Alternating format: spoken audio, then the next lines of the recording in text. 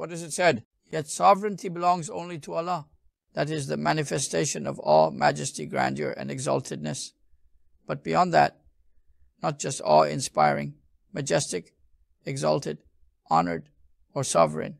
That's not enough. At the same time, what else is there? Perfect dominion. Perfect dominion means ownership of everything, the possession of all property belonging solely to Him.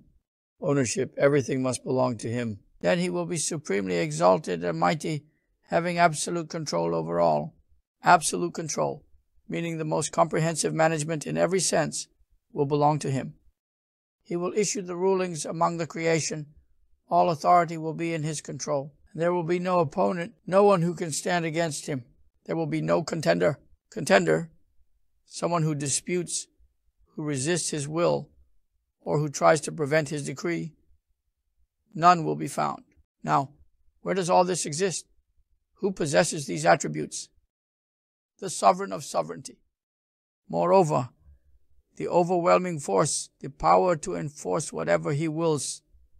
In all the worlds, no one other than Allah can make anything happen solely by their own will.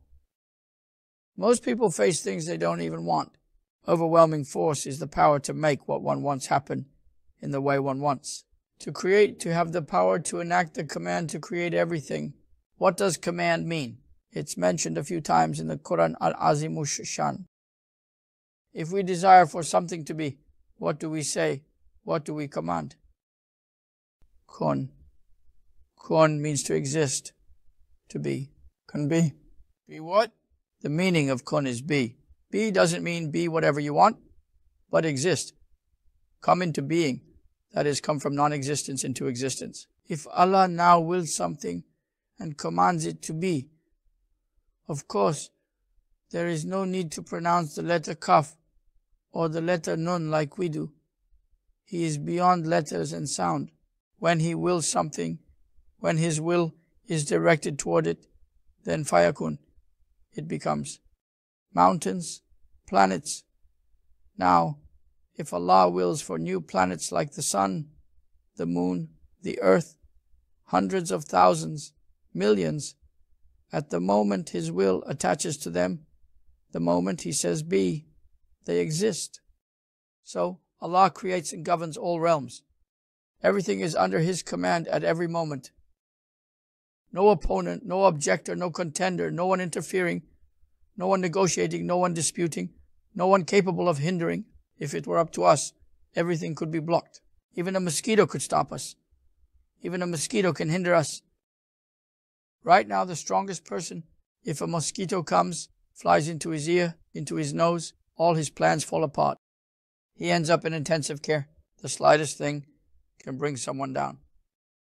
What can a mosquito do to him? It can crush him. The mighty Nimrod was defeated by a limping mosquito. You claim to be the sole ruler of the world. Who are you? Who am I? So then, sovereignty belongs to Allah. Management belongs to Allah.